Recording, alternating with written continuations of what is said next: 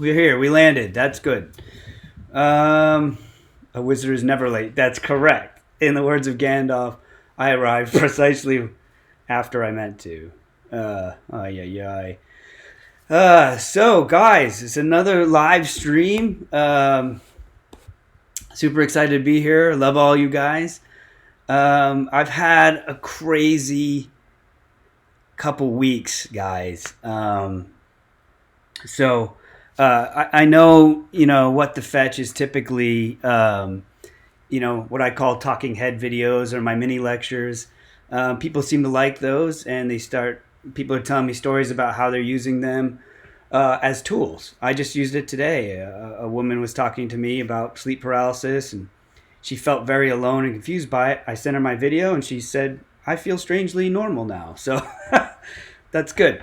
So feel free to share the videos with people. I mean, I'm recording them in such a way that they're meant to be used and timeless. So there you go. Woo! Wow. So yeah, crazy few weeks. I've had quite a bit going on. Again, I explained why. I wanted to explain why I haven't been putting as many videos out, and that's not a permanent thing. It's mainly because I've had a crazy couple weeks. I've had a lot of things come my way where a lot of people needed my help, and so I was diving into that. Star Wars, yeah, that's a speeder bike.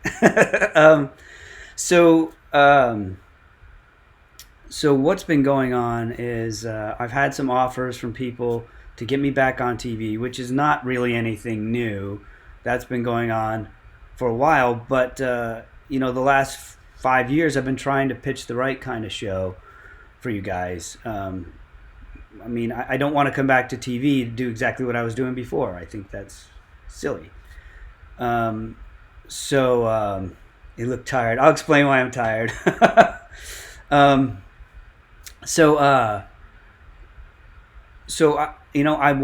want to do something that is perfect.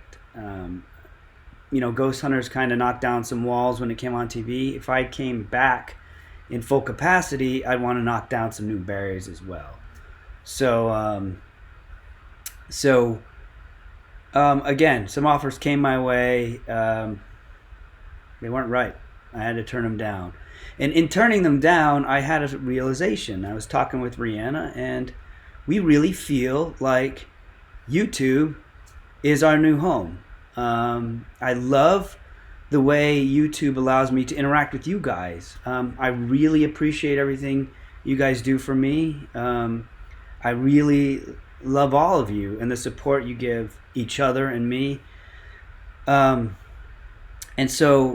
and I have been taking this month to really kind of buckle down and figure out how we can make this our focus in life. And we're not looking to be YouTube superstars. We really aren't. But we want to interact with you guys. We want to have the freedom and the agility and the ability to talk about the paranormal and explore the paranormal the way we want to. And you can't do that when you have to answer to networks and production companies and advertisers. So we've kind of have this epiphany, and we're going to focus on YouTube hardcore. We've got a lot of stuff going in the works. We're doing a lot of research, setting up a lot of contacts and things, and I think you guys will like what we're gonna do. So in the meantime, I'm doing live streams. I don't want to give away too much, but you're going to be seeing a lot more of Rihanna and I together, which is awesome, because anyone who's met Rihanna and gotten to know her will tell you she's amazing, and she's definitely my better half. So starting, hopefully, don't quote me on this, but hopefully, starting in October, we will start slowly unraveling the new stuff on the channel. So, we're going to have a nice set behind us. Rihanna and I want to do a live stream every Wednesday night. And I will keep doing the talking head videos, the little mini interview, mini lectures. And then just today, big news for me. I have some local friends that are they have a production company, DMZ Productions, have agreed to help us do a bunch of mini series where we really kind of lift the hood and kick the tires of the paranormal. So I'll announce those as they come out. But there's some really cool ideas that we're gonna do. We're gonna do some traveling, and hopefully talk with a bunch of you face to face, and maybe get you on this channel as well. So if you like the sound of that and you like that idea, let us know. I really think that going back to TV to walk around in the dark, it's not what I want to do. It's not what you guys want to see. I think you need someone to go out there and really ask the hard questions and explore in a fun, positive way the paranormal. So this is technically a Q&A. I was 10 minutes late. I'm so sorry. Let me know in the comments, which it looks like you're doing, your thoughts on that. You'll start to see this stuff start to unravel in October. So the live show we're going to do, the live stream we're going to do every Wednesday night, probably at 9, like tonight, is, we're going to talk about some of the weird news that's going on. We're going to just chat with you guys and really hopefully build a nice relationship with you guys and build a family and a community. Hopefully you guys will be just as much a part of that show as we are. We'll be able to have guests. Maybe we'll have Lindsay come on and tell you what kind of events are coming. And we're just going to have a good, fun hour together. So we'll start there, and then we'll slowly start to go further. So I'm really looking forward to doing the highly produced, nice pieces of our adventures. So I think you'll enjoy that. So, all right, let's get into questions, guys. The comments have been scrolling by faster than I can read them. So if you asked a question and I missed it, go ahead and ask again. Okay. That's the old Ghost Hunters time slot. Yeah, right. Wednesday nights at 9. You're right. So you guys should be available, right? It's only 5-6 years later. Whoa, geez, these comments are going so fast. Okay, hi from Long Island. I will be at the Great Geek Fest in Ohio. That's a good thing. Let me start with that, guys. Take a minute, pause here. I just updated a couple of my events on the Facebook page. So if you go to my Facebook page, there's a little thing on the side that says events. And there you'll be able to see all the places where you can actually come and meet me. And say hi, and we can chat or whatever. I really like to help people. So go there and check it out. Next month I've got a couple events. Let me get my calendar up here. So let's see. In October I have Minnesota Paracon, which goes from October 11th to the 14th. And Rihanna will be there with me on that. So hooray for that. And the next weekend is Geek Fest. I believe that's in Indiana. Oh, nope, sorry. Delaware, Ohio. And then in November, 2nd, 3rd, and 4th, I'll be at the first annual North Star Mohican Paracon in Wisconsin, I believe. So then I've got the Mount Washington event in New Hampshire, and so on and so forth. So there you go. Someone asked what breed of dog is Jack. Jack was in here with me when I started, but he took off. He is a Cavalier King Charles Spaniel, and he's about 7 years old. Yes, tater tots forever. Pennhurst, any chance you return next year? I think the Pennhurst event went really, really well. It had a little bit of rocky start, but hopefully no one noticed it. But everyone kind of pulled together, and I really love the team at Pennhurst. If you can go, if they do it next year and they invite me, come. You won't regret it. I just hope they don't do it in August. It got kind of hot one day. How was MI Paracon? Oh, it's awesome. Brad Blair and Tim Ellis put on a heck of a show. The lineup was incredible. Oh, someone meditating to my music. That's good. Any news on the Ghost Hunters Funko Pops from Michael Kupak? I'm going to call you Kupak Secure.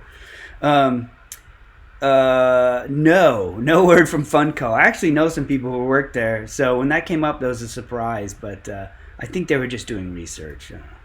We'll see. Maybe they'll do a What the Fetch Funko Pop. I don't know. We'll see. That's in your hands.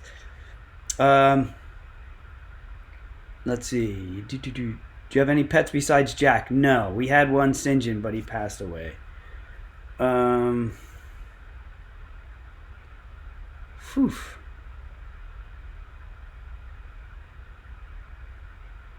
Oh my gosh.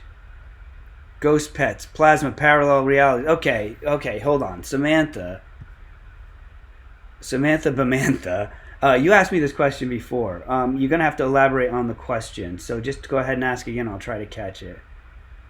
Are you going to Mickey's Not So Scary Halloween Party? I wish. Not this year, but hopefully in the future. And if you see me there, come up and say hi. Oh my gosh, you guys have a lot of questions. Okay, here's a good one from Nigel Wood. Have you experienced either of these hidden EVP phenomena? 1. Class A words that change and on second review and back again. Class A sentence recorded that then changes to another later. Yes. If you watch my EVP videos, I talk about how, especially with analog recording, the EVPs change over time. And so when you catch an EVP, especially like I said on analog, it will change later. Digitally, it shouldn't change unless you're changing your headphones and things like that. So, but analog, the fact that it's magnetic media and impression will change. So you got to get it into your computer and catch it before it changes. I would totally buy a What the Fetch t-shirt if I sold them. Yeah, well, I have some in mind. So we'll get there. You guys are the best. Okay, here's a good one. Do you use anything for protection when you go somewhere to investigate? That's from A View to the Middle is the name. A View from the Middle. No, so I don't use any protection. But I think that's up to each investigator. So here's why I don't. When I go into a case and I know it's an intelligent haunting, I don't need protection. I'm just talking with other people. If it's residual, you don't need protection. If it's poltergeist, you don't really need protection either. You just need knowledge on how to deal with a haunting that's caused by a living person. But the negative stuff, I don't do protection. Like a lot of people will carry like a cross or a crystal or something. And if you put too much faith in an object like that in a negative situation, the first thing that entity is going to do is remove it from you. And now your faith is shaken and you're unstable. So I just kind of make myself, I explain it like I make myself bigger than myself. I just feel in my mind that I'm more in control than whatever's there. I just don't do it. But I don't feel bad, for anybody who does it. I don't think it's wrong. Do whatever makes you feel empowered, I guess, is what I should say. Dylan, I don't know how to say your last name, but Dylan says, okay, Wilson, serious question time. Favorite metal band? I'm actually not a metalhead. I did a stint with, metal band, let's see. I mean, true metal bands. Like, I love Led Zeppelin, but they're not metal. I like the old Metallica, barely metal. I don't know, man. I don't know. That's great. How have I been doing since Ghost Hunters? You be the judge. I'm actually doing really, really well, especially with my new focus on being able to kind of just dedicate my life and time, and Rihanna's there right with me, to really diving into the paranormal and embracing you guys on YouTube. So I'm doing great. I'm really doing great. One of the things, though, that I want, one of the series of videos that I'm going to do on the channel, and let me know how you feel about this because I'm very nervous about it, is slowly telling the story of my initial encounter with the elemental beings chapter by chapter. And hopefully, as I jump off that ledge, you guys will catch me, because it's very scary and nervous for me to share that story. So if you like that, let me know. If you don't, also let me know. Do I have anything planned in the UK? Not officially. I had an event that I could have done this year in the UK, but it didn't work out. Things got too tight. So maybe they'll invite me next year if I didn't offend them by not being there this year. So, with your new endeavor, will you have familiar faces from Ghost Hunters join you? That's from Josh 1. Yes, I mean, part of it is getting out there and catching up with all the people you know and love out there. And, I really want to kind of do a bunch of videos where I get out in your guys' face and see what you're doing in your garages and basements, and get you guys out and really start a way for you guys to get out and share the information. So that would be cool. What cameras do you recommend for ghost hunting? I don't know. I mean, cameras are not that tough. Full spectrum, I think, has proven to be a lot better than just infrared. It's more expensive and tricky, but not a bad idea. I actually don't rely on cameras that much anymore, because no one believes what they see anyway. And you only get very limited information from it. Linda Young, can you create shirts we can buy? I'm sure I can. Chris Williams was just telling me about a site that does a pretty good job. And I don't want to gouge you on them. I have to pay for them. So I want to make sure it's something that is comfortable, high quality, durable, and, something that's not ridiculously expensive. T-shirt grants winner.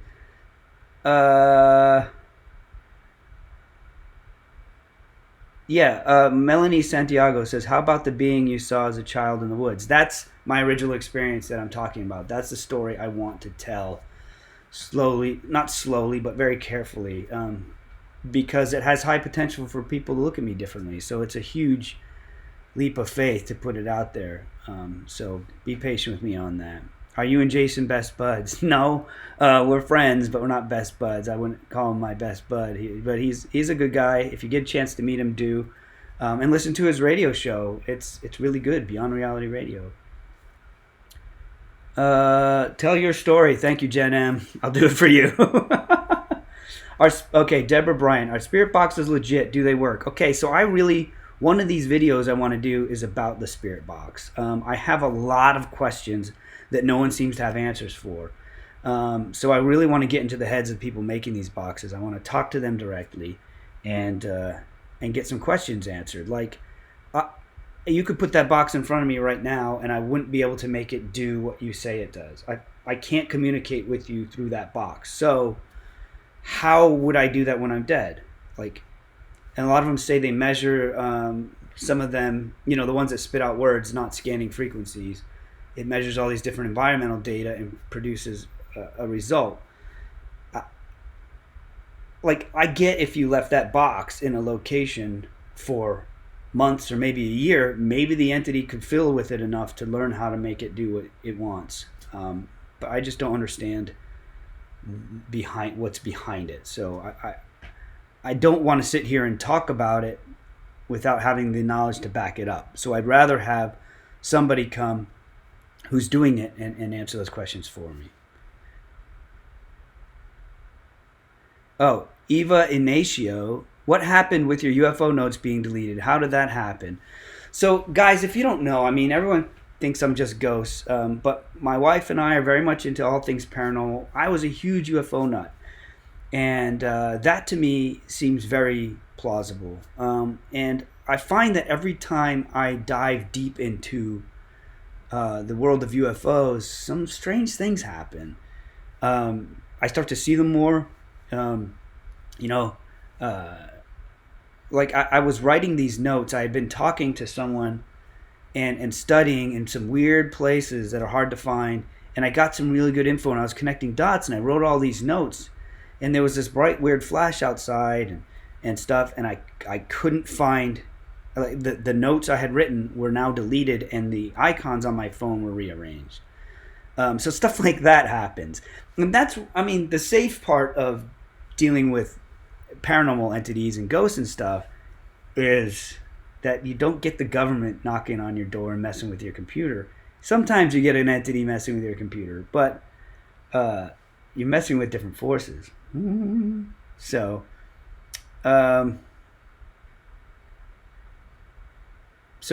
the channel will deviate from just ghost stuff, guys. So we're gonna cover everything.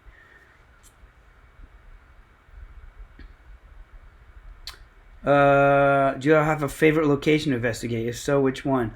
I'm not a, like I said, I'm not a ghost hunter. I'm a paranormal investigator. So my favorite place to investigate is someone's home who's really in dire straits or very terrified to live in their own home. That to me is my favorite thing, because you go in there and make a real difference. Okay, would love to hear about my initial experience. Okay, it's a big, long, crazy story, so just know that. Okay, Oksana, have you seen a video released by a guy to a TV station of an alien being interrogated? Do you think it's legit? So I've seen several of these. There's one where it's kind of really dark and the alien is there and he's kind of doing this the whole time. I know I look stupid, but that's what's going on. He's doing this, and there's a doctor that comes in and messes with him. That one I'm not sure. It has some puppet qualities to it, but there's some circumstantial evidence that really makes it seem like it might be possible. And there's another one that looks computer animated to me. My favorite is Skinny Bob. So that's something you want to go look up. Skinny Bob. Go look it up. It's footage. I don't know if it's legit or not. No one knows these days. But supposedly it was the year it was released was, I think, maybe in the 80s or 90s. But the first year it was released, there's no way we had the computer savvy or the tech to make something that looks that real. Supposedly it's footage from like the 40s or 50s, but it looks very real. And the only way you think that you could be fooled is that it was computer imagery. But the year in which that footage came out, we just didn't have that capacity. I don't even think Toy Story was out at that point. So Skinny Bob, there you go. Right. Mark Arvilla. Grant, do you think horse tornadoes exist? I do think they exist. I know they exist. I've experienced them. Mark is the guy that runs Salem Con, one of the best conventions I've ever been to. It's just the right size. It's friendly. It's fun. If you get anywhere near Salem Con, go check that one out. I love the guys who run it. It's an amazing team. But we always joke about calling carousels horse tornadoes and getting sucked into them. So a little bit inside humor there, but Skinny Bob, it's just a video. Watch it, and and next time we get on live, maybe we can follow up. You guys can tell me what you thought. So, are you friends, Ken Martin? Are you friends with Josh Gates, and do you like what he does on his show, especially his paranormal investigations? I've known Josh for over a decade. He and I are great friends. I've seen him twice in the last month, and I'm about to see him again next week. He's a wonderful guy. He loves his family. He is so passionate about his job. It's crazy. He is a hardworking guy, and I've watched him film his show, and he does so much. Like, he's not sitting back waiting for people to tell him what to do. He is out there doing it, and he's a great guy. If you ever get a chance to meet Josh, you won't be let down. He's larger than life. He's got a great commanding personality, and he's a lot of fun. He's smart, so smart, and very witty. Hilarious. Don't miss a chance to meet Josh. So I do like what he does on his shows. His paranormal investigation is a little, high energy and stuff. And he's investigated with me several times, and I've investigated with him. I think for what he's trying to do on his show and for his skill set, I think he does a very good job. Yeah. Judy, okay, you got to explain this one, Judy. What if someone in your family passes and hunts the family? You mean haunts the family? Um, well, I don't know what the question is there. That happens a lot. If someone that you love has passed away, um, you and they come back and haunt you, that's not scary. That's beautiful. But I always express to people, don't try to keep your loved ones close after they die. I mean, keep them in your heart, but don't try to keep them around, because if you love them, they've got somewhere else to be. They don't need to be stuck here. The best thing you can do is tell them that everything that right about your life. Tell them everything that's going right, because the last thing you want is for them to have regrets. So let them know that they were awesome and they did everything right in your life or whatever, and let them go. Let them go. Okay. Wow. You guys are super question people.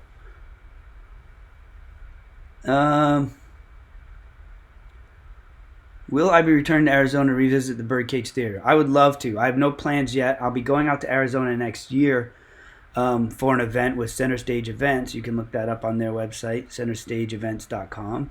But not the Birdcage, which sucks. That place was really cool. Am I familiar with the quantum mind theory? Not by name. So I might know it by another name. Okay. Sorry. Okay, so Shannon Walton says, the day my father passed away, my brother came over and we were talking about him, and he made my daughter's play remote control start going off. It has never done it before or since. So here's to continue what I was saying about losing a loved one. What happens more often than not is that somebody, they'll lose a loved one and then they'll have some paranormal activity in their house. And it'll keep happening until somebody acknowledges that it's that person. Like, oh, is that you, Grandpa? We're fine. And then it stops and goes away. So if you lost someone and you're having paranormal activity, try to, think if it could be something that your loved one could have been doing, and let them know that you acknowledge it and you thank them for it, and hopefully they can get on their way. Because you don't want to keep them here.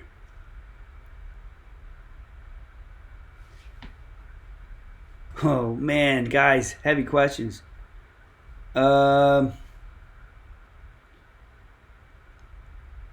Do you have a favorite debunk? That's a good question, Mike.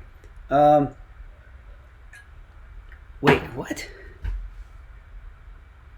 Is that the Belgariad on your bookshelf, Ariel Webster? It absolutely is. I've read them like 5 times. The Belgariad and the Malorian. Wow, I can't believe someone picked that up. Good stuff. Lots of fun. Like easy fiction, fantasy. So my favorite debunk. There's one that I really like. This client was terrified. They said that they were talking about black shadow people crawling across the ceiling and the walls. Like, no one wants that. And that's stuff straight out of Hollywood. And so when I heard that story, I'm like, that's not right. Like, that doesn't really happen.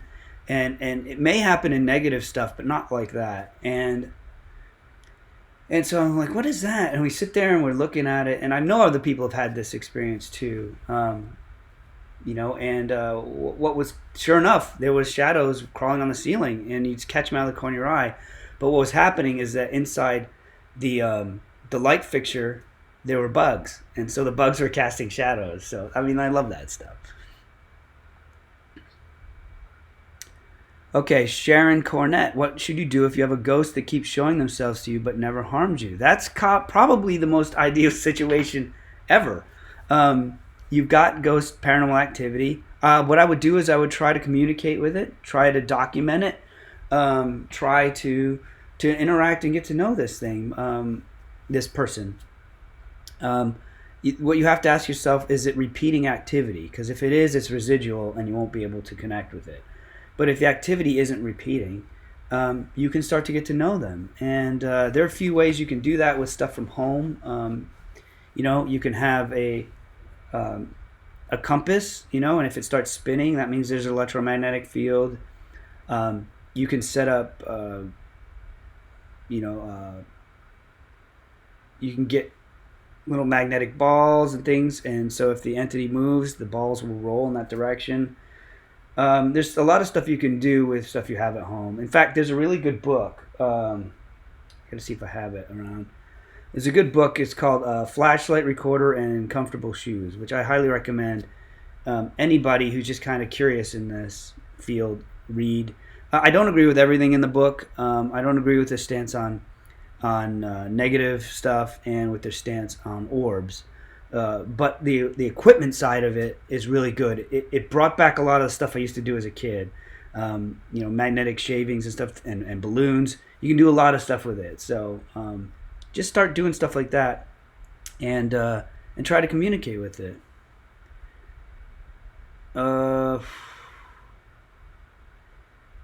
Josh, I keep saying Josh. Do you ever get frightened during an investigation? I do, but I always tell people it's because of the living people. The ghosts don't bother me. Negative stuff doesn't bother me. It's the living people. And negative stuff will only come after you if you're doing something incorrect or morally wrong.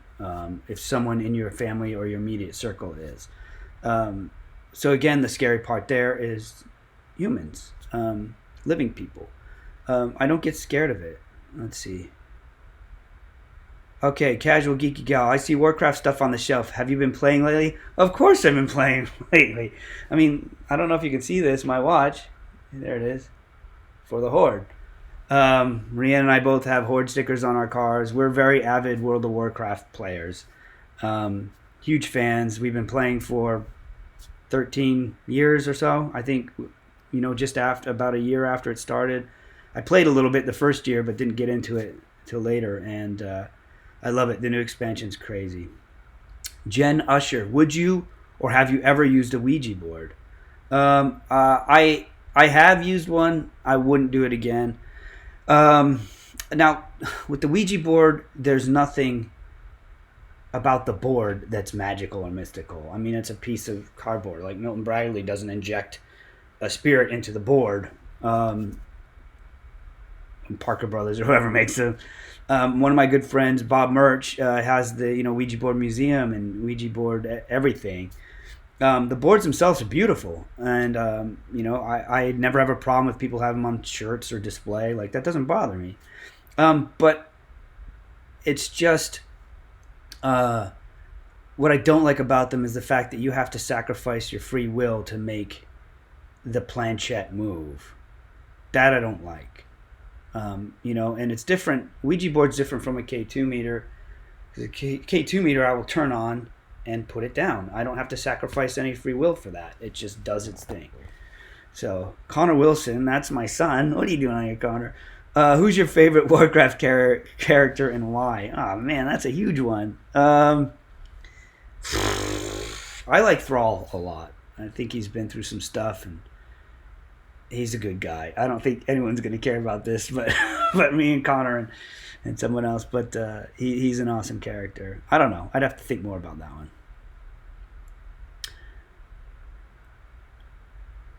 Okay.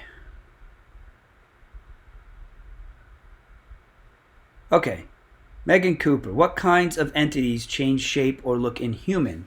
Or can all do so?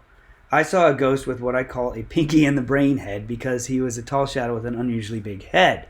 So, Megan, negative stuff can look like pretty much whatever it wants, but I don't think this is negative. You'd know it. So, one of the factors that really helps determine if evidence is real and accurate, or experience is real or accurate, is proportions. So, if people have irregular proportions, chances are it's not real or it's not paranormal. It may be something in your head, like it may have been feverish, but I don't know. It all depends on how real it was to you. The other thing is maybe it was not a ghost at all. It could have been a time slip. It could have been something alien. It could have been who knows what. So the thing we'd have to do in that situation is get get there and try to get this to interact with this entity, and maybe do an EVP session and see what it says. Okay.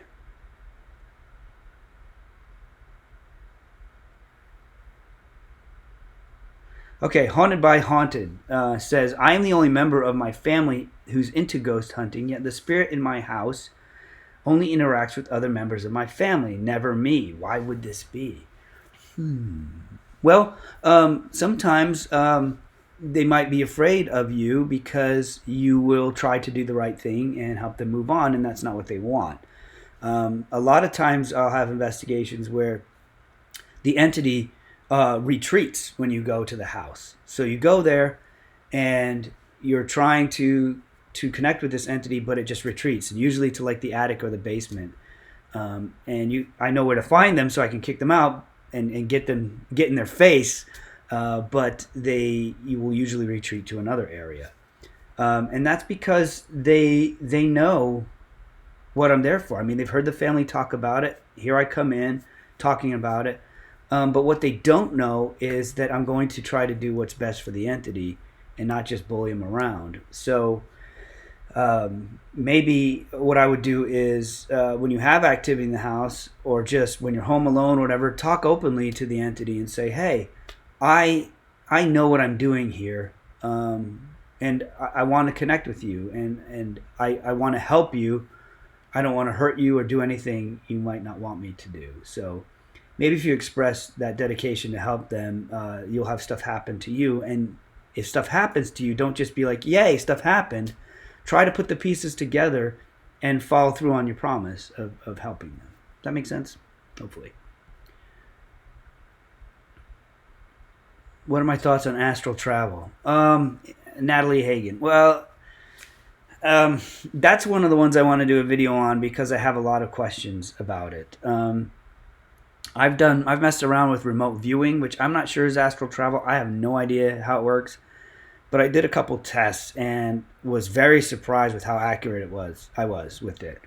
So there's something to it. I did know a couple guys that went to a university for out-of-body experiences and astral travel and things like that, and their goal was to try to go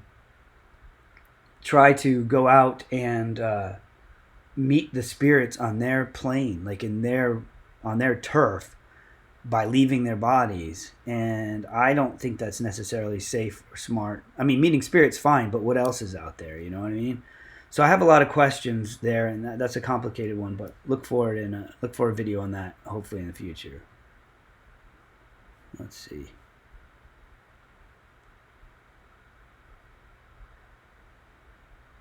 Okay, Samantha. Do you believe in paranormal reality, parallel realities, and experience activities from another reality of a live person or pet? Okay. All right, Samantha, this is the question. Yes, sorry, thank you for repeating it 100 times. This is the question I wanted to deal with.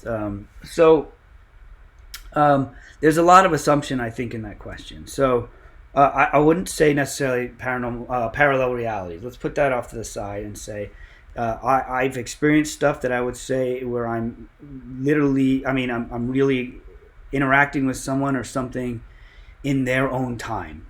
So it comes across looking like a ghost, but they're not a ghost. They're a bleed over from their time, and I'm a bleed over from my time into their time, and we can interact. It's not like we're just watching each other. We're actually interacting.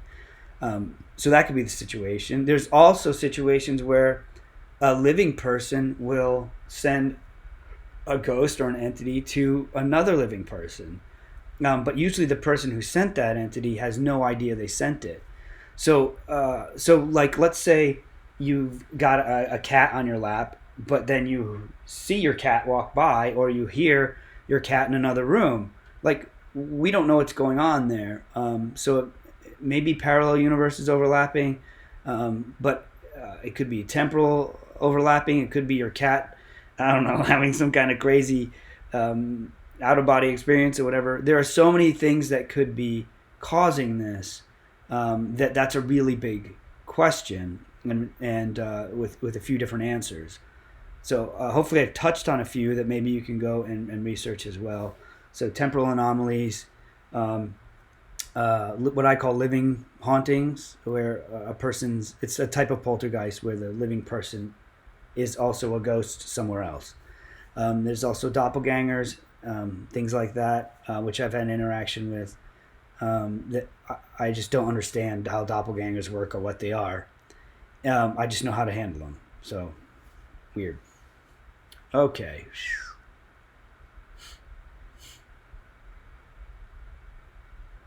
Let's see. Whoa.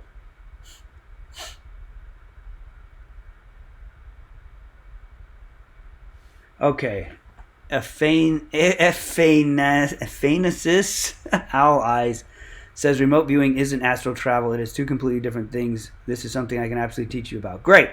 Send me a message on Facebook. I'd love to learn more about it. I mean, I know it's not astral travel, but it has that. It's in that same realm, and that's the only thing I've been able to do. I haven't been able to astral travel yet. That's why I mentioned it. So, whoa, someone's talking about negatives.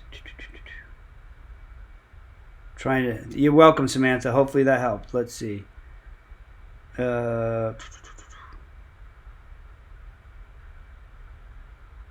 Okay, Connor, do you believe ancient or earthen magic like shamanism or druidism has some truth to it? Yeah. I've been studying a lot of kind of like the Norse mythology, Norse religion, of the Vikings and stuff, and that was a little bit of the shamanism, but they had this interesting outlook on it all. So I would encourage you to look into that. There's a book. Oh man, I can't remember what it's called. I'll try to message you it. But there's a book that talks a lot about in depth the way shamanistic, at least that aspect, their belief of shamanism works, and it's beautiful.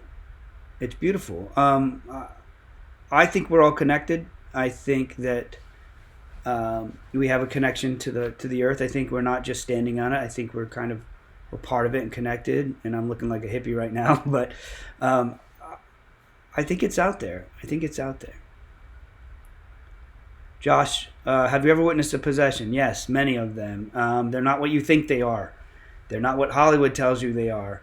Possessions are a long, rocky road. And if you don't catch the person before they get too deep into it, you may lose them. They'll die. And I've had that happen, and it's not pretty. I'm not sure. I'll do a video on possession. I've been writing it. It's very complicated to explain correctly. So have patience with me. That one will come out. Lindsay Dolney, do you think the Mandela effect has any truth to it? Or has truth to it? Boy. So the Mandela effect, if you guys don't know what that is, that's where there's kind of like different. It appears that there are different memories of things, like Berenstain is spelled one way, or Berenstein. The whole reason it's called Mandela effect is that some people thought for sure that Nelson Mandela died in prison, and of course he didn't do that. But they swear that he did, and I honestly think almost every case of the Mandela effect can be explained away as like mass amnesia. We live in an age now where we can fact check or verify anything by reaching in our pocket, pulling out our phone, and looking it up. Back in the day, we didn't have that. So, like, I would go to the movie and watch Empire Strikes Back and watch Vader say his line. Everyone, when I was a kid, said, "Luke, I am your father." And so we all told each other that because we saw the movie once in a theater. We don't have Netflix where we can watch it 100 times. I didn't even have a way to watch it at home. I had to wait for it to come on TV to watch it again. But the line's not, "Luke, I'm your father." It's, "No, I am your father." But we all swear that it was the other way. And stuff like that. To me, it's just collective amnesia. Like, we just aren't remember things correctly. And the way the world worked, we just kind of all told each other and reinforced each other's ideas based on our memories. I've yet to see a case of the Mandela effect that isn't answered by that. Let's see. Okay, Brian Pritchard. Do you think Waverly Hills Sanatorium is worth a long trip for my team to go and investigate? Brian, tell me how long the trip is. It's an amazing building, and the people who own it are fantastic. It's expensive, but it's active. I mean, it's very active, and each floor is a little bit different.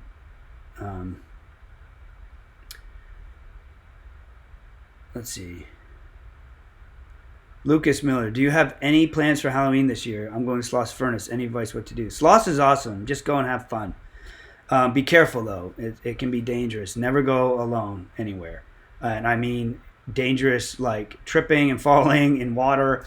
And, you know, who knows? I'm not saying that Sloss Furnace has bad security, but there might be a homeless person in there. You just never know in those situations. We've had it happen, true story, many, many times. So never go alone. 9-hour trip, Brian, for Waverly.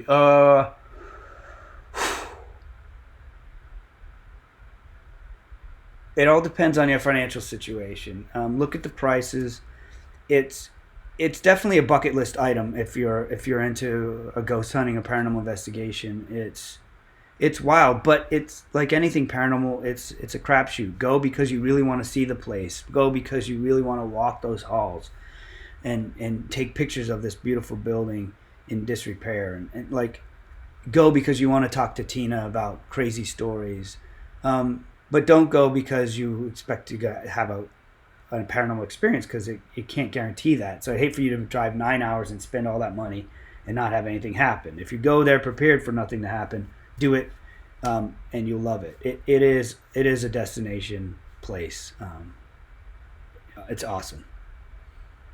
Oh boy. Amy Rodriguez. Grant, what are your thoughts on children having imaginary friends? I actually am in the middle of writing this video. I was talking to my friend Sarah Soderland, who could absolutely chime in on this. So imaginary friends is fascinating to me. Obviously, the question here is, are they really imaginary, or is it a paranormal entity?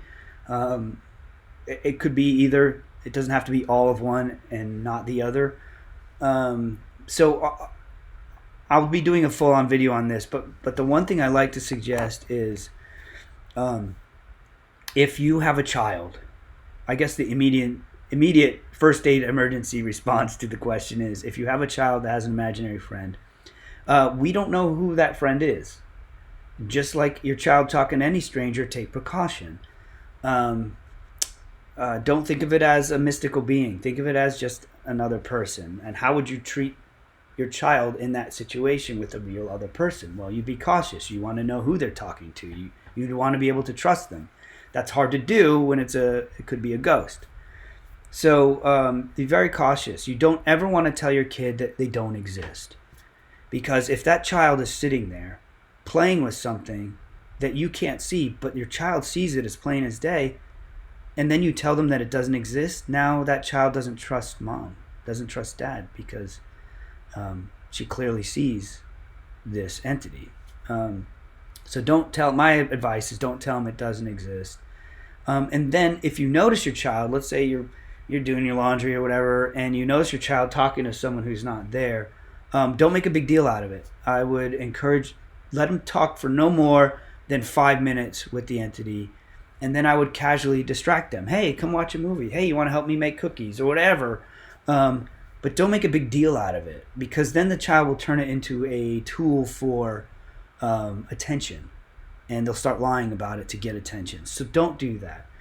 And then if you find your child drawing, or give them crayons or whatever and say, hey, draw your imaginary friend. And that's when you're going to get a lot of information. Not only in the drawing, you'll see, oh, wow, this is a tall man with a top hat. I don't want my kid talking to that. And also the child will talk while they're drawing. And it won't be weird for them, because you're asking questions about what they're drawing, but you're really asking questions about their imaginary friend. So that's my advice to you on that. Now, if the child draws something you don't like, they may draw something monstrous. Don't overreact to that. That's what kids do. I mean, when kids draw, when first drawing I drew with my parents, they had arms coming out of their head. and legs coming out of their chin. So that's pretty creepy, but that's not really what I saw. So kids see things kind of poetically. So just factor that in. But if it's something you don't like, when the child's not around, you can go in there and talk to the entity and say, hey, I'm the child's parent. I really don't like this. If you want help or anything, you talk to me. And if you're firm in that, it will work. Okay.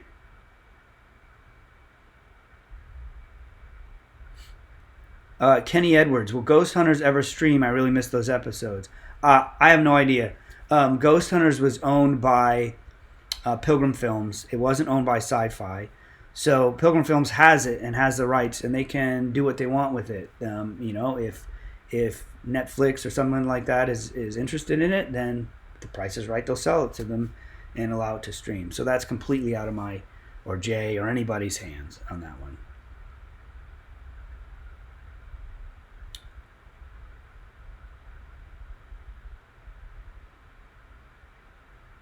Any news from Amy and Adam on if or when you might be on their show? Alan Evans.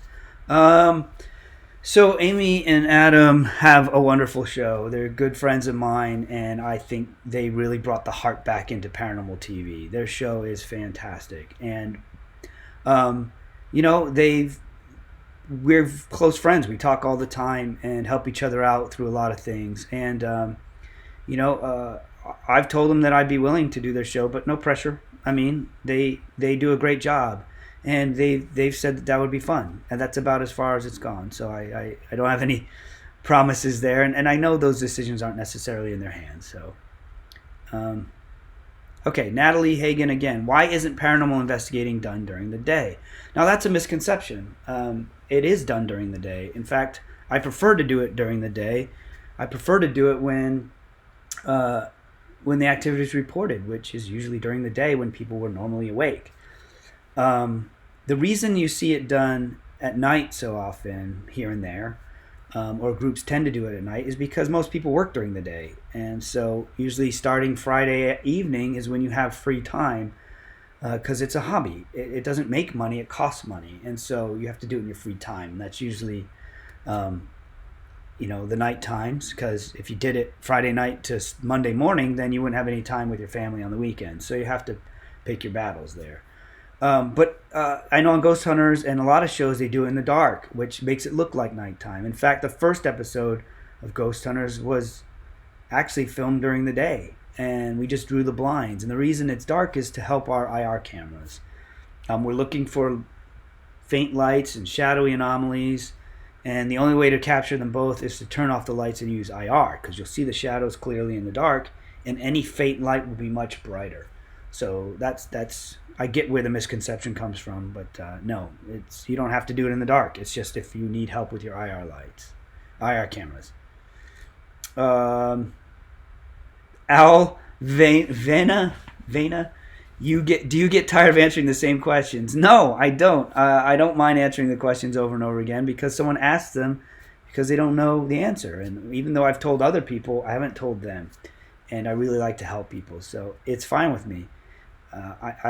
I enjoy it. Thanks for the concern, though. Josh, are you still in good old Rhode Island? No, I'm not. I actually live near Lexington, Kentucky now. I moved out of Rhode Island to Kentucky about 5 years ago or so. I wanted my dollar to go further. Kentucky's better life at half the price. The people are nice. It's beautiful. I just really love everything about it. The life here is at the right pace. It's not too slow. It's not too fast. It's more centralized. I can get everywhere easily. It's beautiful. I really do love it here. And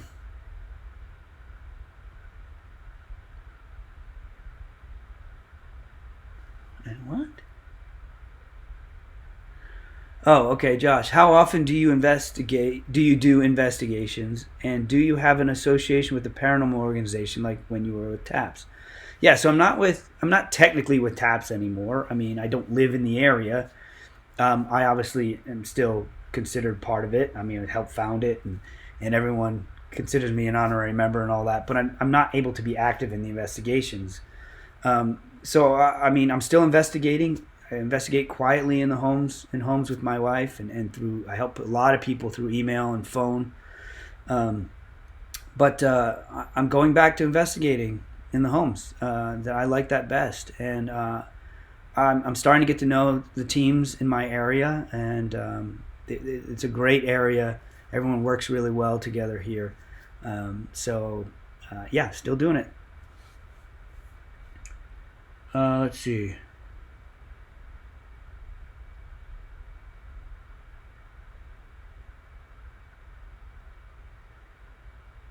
Okay.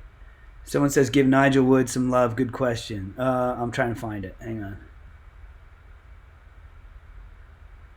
Apart from the Panasonic DR60 recorder, this is from Nigel Wood, do you have any other favorites?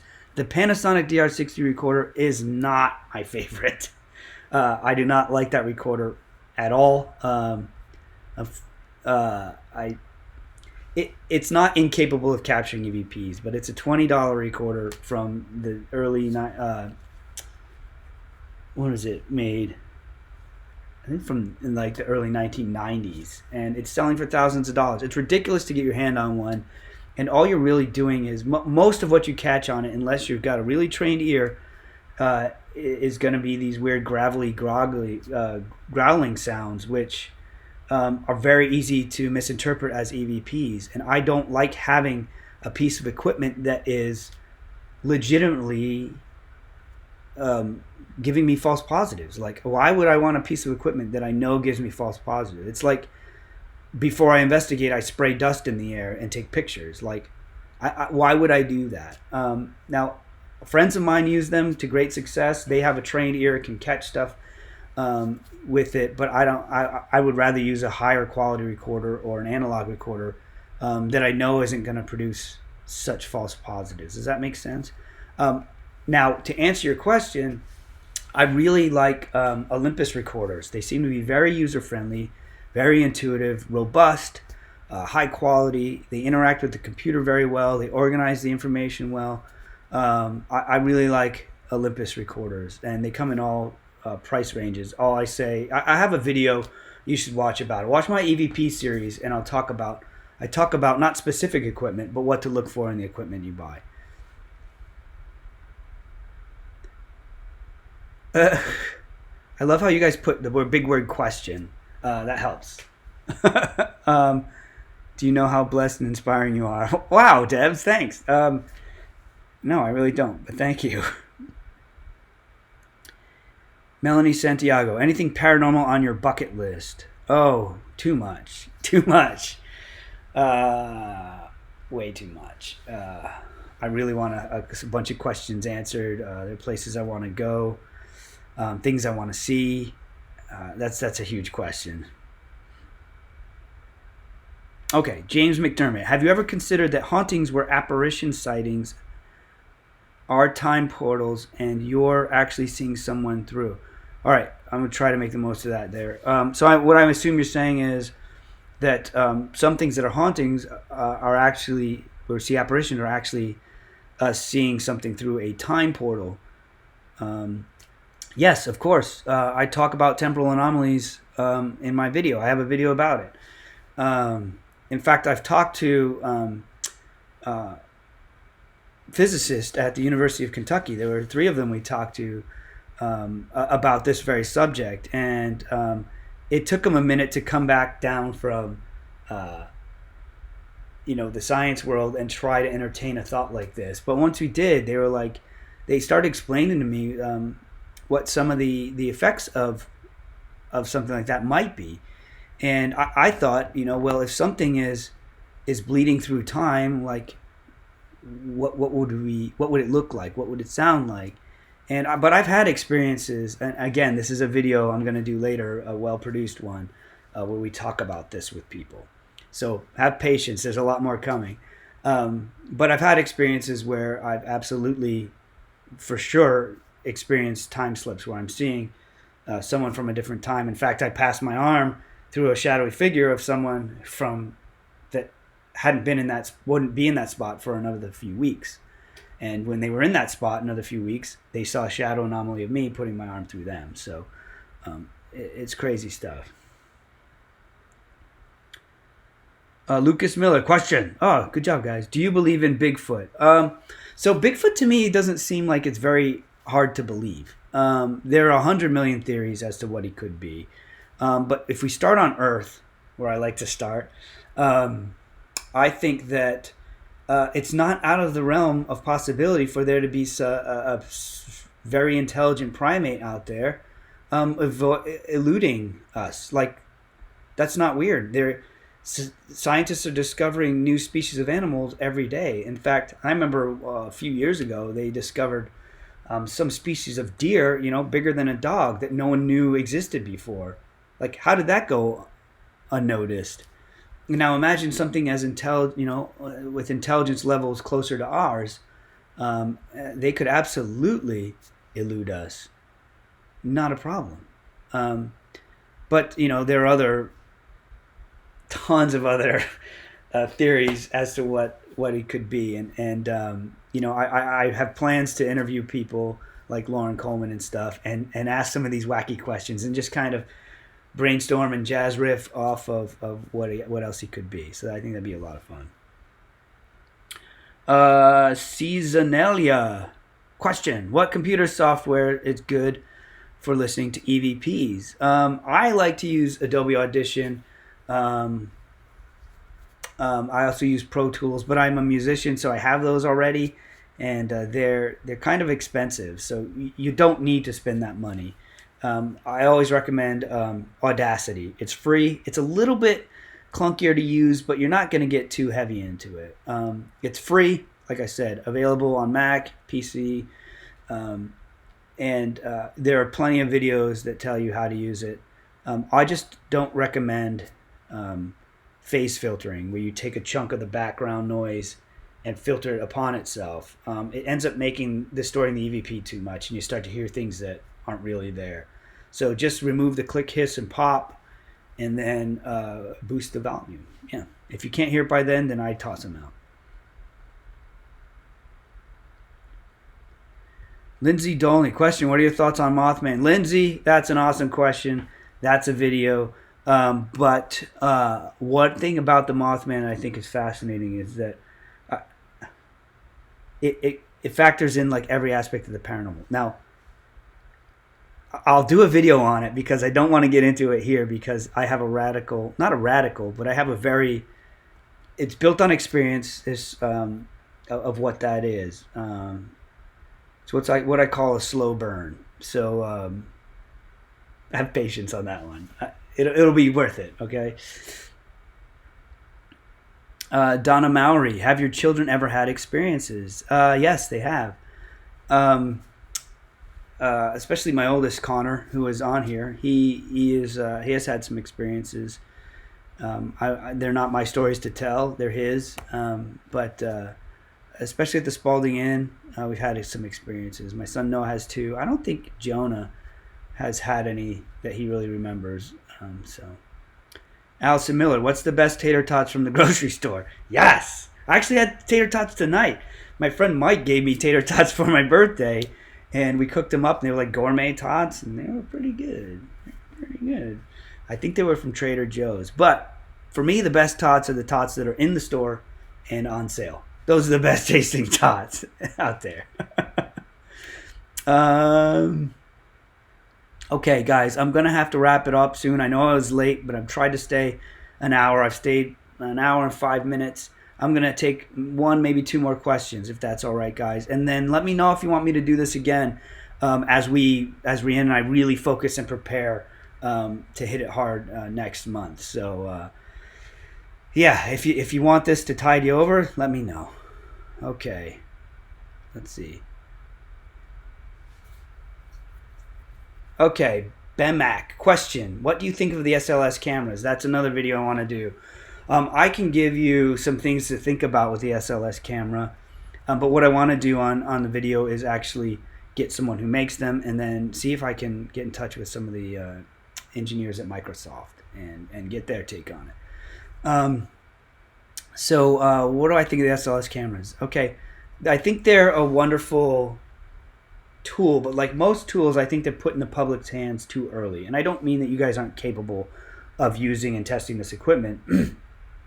I mean that they need to be really thoroughly figured out how to use best for the paranormal and develop best practices so that we don't misread them. Okay, so remember, an SLS camera is designed for video gaming. It's designed to find a human when it's hard to find a human, and to keep hanging on to that human shape even though it's not really getting enough information to say that human shape is still there. So when it finds enough information to say maybe there's a person here, it's going to put a person there. It does the wireframe of the person.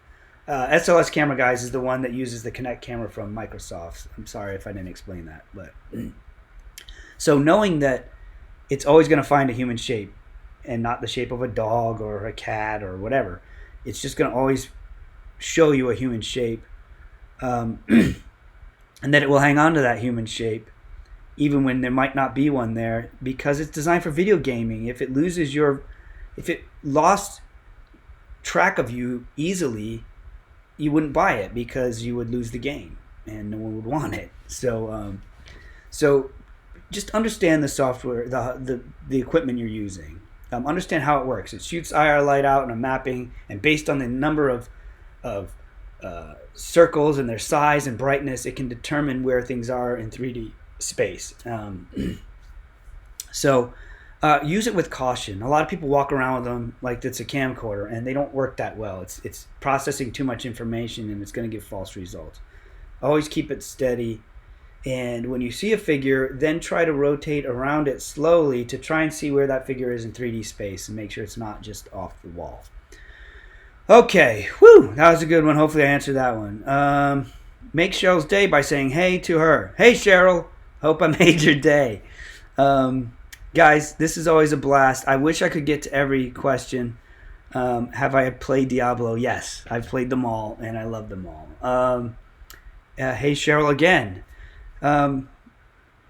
Guys, just know that I'm turning down a lot of good opportunities to be on TV, to be here where I can more interact with you guys, where you can tell me what you want to see, and I just appreciate you guys for being here and supporting me again and again and again. Every time I jump, you guys catch me, and that means a lot to me, and hopefully I'm doing you justice. So you guys are wonderful.